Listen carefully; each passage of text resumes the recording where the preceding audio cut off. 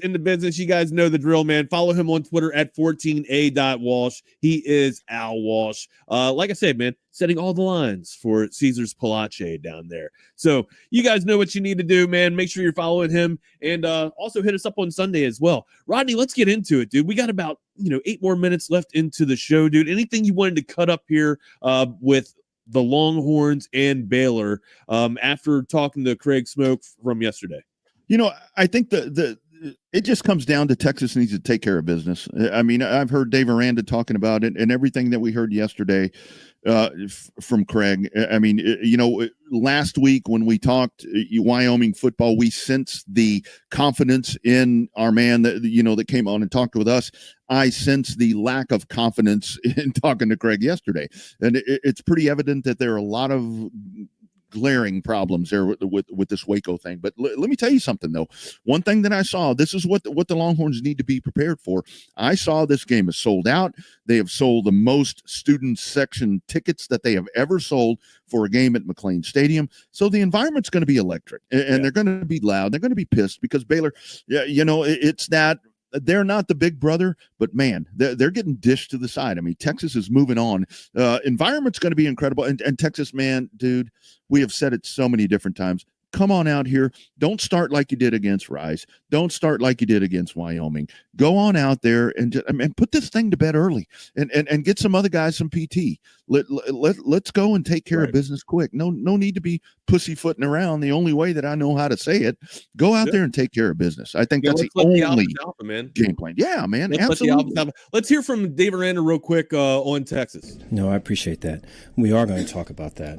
I think as an aside to that, but probably not an aside, is I can't tell you how many times this offseason it's been, hey, Dave, just win one game, please. And so that has been brought up to me multiple times. And so, I sense it and I know it. And, I'm blessed. And we're blessed to be able to do something about it. And so, but we're definitely going to talk about the history and just some of the bigger games in the past because I think that's way important with something like this. That's his thoughts on Texas. So like you were talking about, he's got one game on the schedule to win. That was the one game on the schedule that's the glaring burnt orange, and it's Texas. Yep. Everybody gets up for Texas. Even that low, somber tone of Aranda, he can get up and try and get his boys ready for Texas. But Rodney, I don't think it's going to happen, man. I still got him as 20. We talked about it yesterday, as good as 24-point favors. Yeah.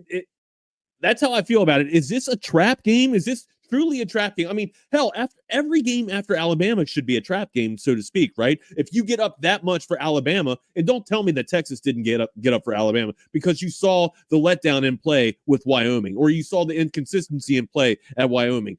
You still need to continue to progress moving forward and get better each week. You got to come out and you got to establish the run first. We talked about slow starts earlier in the week, right? Come out there, fire on all cylinders, man, establish a run and shove it down their damn throats, and then go out there and start getting your aerial assault going down, creating the high tempo plays. You can break tendency, man. We know tendency so far is to come out and establish the throw. Don't break tendency, man. Keep them off balance and then come out with the run. I'm not sure if Baxter's going to be a full go. I have to get the injury report on this, but you saw what you could get out of Brooks. Giving him the carries and the payload, he can get you over the century mark. Lay on the hog mollies, get it done, and win the war in the trenches, and let's put this baby to bed. Well, and that's you hit the nail on the head right there to me, Wags, because, and I'm glad looking back, hindsight's 2020. Now I'm glad that the game after Alabama was Wyoming, because look, I've been following after everything that we saw this past weekend and talking about the Wyoming program last week. I've been following, Coach Bowl and Alex Taylor that we talked with. Look, that was a very good football team. And we talked about it last week. They had a great game plan. Dude, absolutely. I mean, coming off of that personnel keeping the Longhorns off balance. Dude, I am so glad that the schedule played itself out, that Texas played Wyoming versus playing Baylor the week after the week after Alabama, because you came out and you got tested, and it continues to go back to, man, I'm sorry, I'm a football purist. We can talk about the things that didn't work well for Texas and all the different things, and they finally did whatever they did, and 21 points in the fourth quarter and all this happy horse shit. But the bottom line is Wyoming came here to play, and that's a really good football team that's going to win their conference. And they tested this team. And again, this team did what they had to do to win a game that they would not have won in some of the seasons prior. So you come in here to Baylor, and like you're talking about, man, you come out here, all these people are going to be going crazy, jam this thing down their throat, and just beat. Yeah, shut them up quick. Beat them. I mean, you're going to get a surge in McLean Stadium, right? You're going to get that first initial surge. Sure. Go down there, do it with dominance, lay down. Yes. Or, I mean, also, there's something to say about like a long 88-yard touchdown throw too that just electrifies a crowd or silences a crowd. Anything's deafening, right? If you go down there and establish dominance and just run the ball, of course you got on one side of it, you have time of possession that, and you absolutely wear down their front four on the defensive side of the ball and the rest of their defense. But on the flip side of that, just the electric shock to just take all the life out and all the wind out of the sails in the first initial minute. If you get the ball and then shock with a 80-yard, vertical touchdown pass. Yes. Or hell, man, get your guy into space, get Worthy into space. You don't need to force it downfield. Get him into 1-on-1 and win your battles that way, and then create a 44-yard yak, screen touchdown run. Yeah. If you want to be conservative. Yeah, if you want to be conservative when you're ahead 30-7. That's when you can take your foot off the gas a little bit right there. Don't start out experimental football. Yeah. I mean, don't come out here and be kind of brother-in-law and doing all this shit.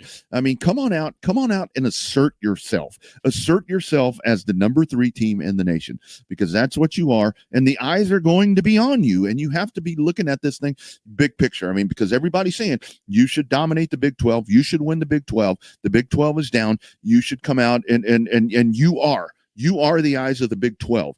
So, I mean, yeah. Be conservative later, but come on out and use that tight end. Shit. Can we get one target? One target's progression. One target's progression. One time. What I would do, first play of the game, man, I would find him underneath and let him fucking go to the house, man. That's what I would do. Set the rhythm. If you're gonna throw the ball, do that. Yeah. Set the rhythm, set the tone early. Hey, now, you know what's coming up? You know what's going to set the rhythm for you guys next? Hanging with Harge. I don't know. Does he got a piano? The piano, man.